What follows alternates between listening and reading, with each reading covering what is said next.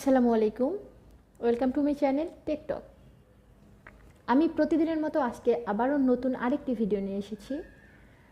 আমরা যারা Facebook page অথবা ইউটিউব চ্যানেল ইউজ করি, তাদের দেখা যায় যে আমরা যখন ভিডিও ক্রিয়েট করি বা ভিডিও আপলোড করি, সেক্ষেত্রে আমাদের এই ভিডিওগুলোর মধ্যে দেখা যায় একটা প্লেলিস্ট নামে অপশন দেখা যায়। হ্যাঁ, তো আমরা এই প্লেলিস্টের মধ্যে কি করব এবং কিভাবে ভিডিও রাখবো, আমি আমার এই ভিডিওতে খুব সুন্দর করে আপনাদের দেখিয়ে দিব আসলে কিভাবে আপনারা প্লেলিস্ট ক্রিয়েট করবেন এবং প্লেলিস্টের মধ্যে ভিডিও আপনারা রাখবেন।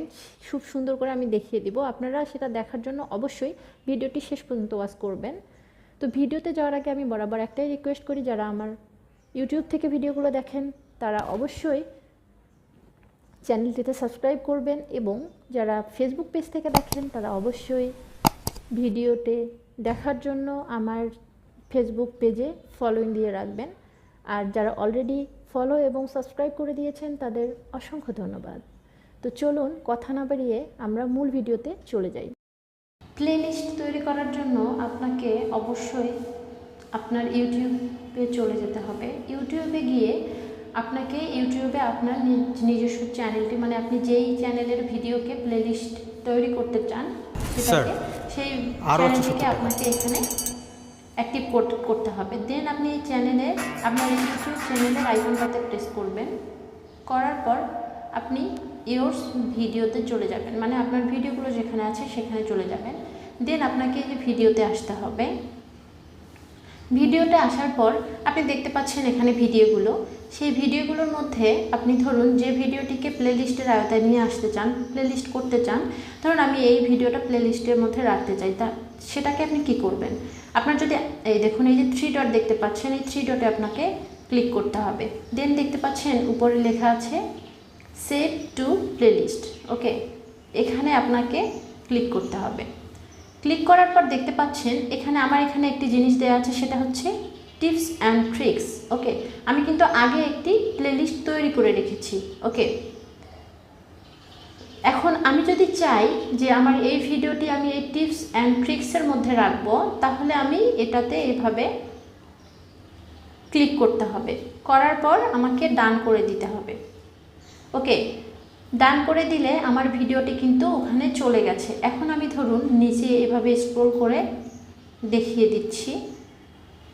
ধরুন আমি নিচে এভাবে স্ক্রল করলাম, করার পর আমার কিন্তু এই প্লেলিস্টের মধ্যে আমার ভিডিওটি চলে গেছে। ওকে, এখন আমি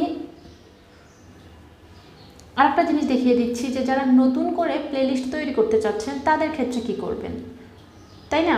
এখন তাদের ক্ষেত্রে আমি ধরুন আবার এই ভিডিওটা দেখিয়ে দিচ্ছি। ধরুন এই আবার 3 ডটে চাপ দিতে হবে। দেন আপনি সেভ টু প্লেলিস্টে চলে যাবেন। দেন আপনাকে এই যে নিউ প্লেলিস্ট, এই যে প্লাস আইকনের মধ্যে নিউ প্লেলিস্ট লেখা, আপনাকে এখানে ক্লিক করতে হবে। দেন আপনাকে এখানে টাইটেল লিখতে হবে। আপনি আপনার পছন্দ মতো, মানে যে ভিডিও, যে সংক্রান্ত ভিডিও আপনি সেখানে সেই সংক্রান্ত টাইটেল লিখবেন। টাইটেল লেখার পর আপনাকে এখানে এভাবে প্রাইভেসির মধ্যে চাপ দিতে হবে। দিয়ে দেখতে পাচ্ছেন এখানে পাবলিক দেয়া, আনলিস্টেড এবং প্রাইভেট। আপনি অবশ্যই এটাকে পাবলিক করে দিবেন। হ্যাঁ, করে দেওয়ার পর ধরুন আমি এভাবে লিখে দিচ্ছি CALL কল সেটিংস। ওকে, তারপর আমি এটাতে এই যে ক্রিয়েট করলাম, আমার কিন্তু সি প্লেলিস্ট আমি দেখিয়ে দিচ্ছি।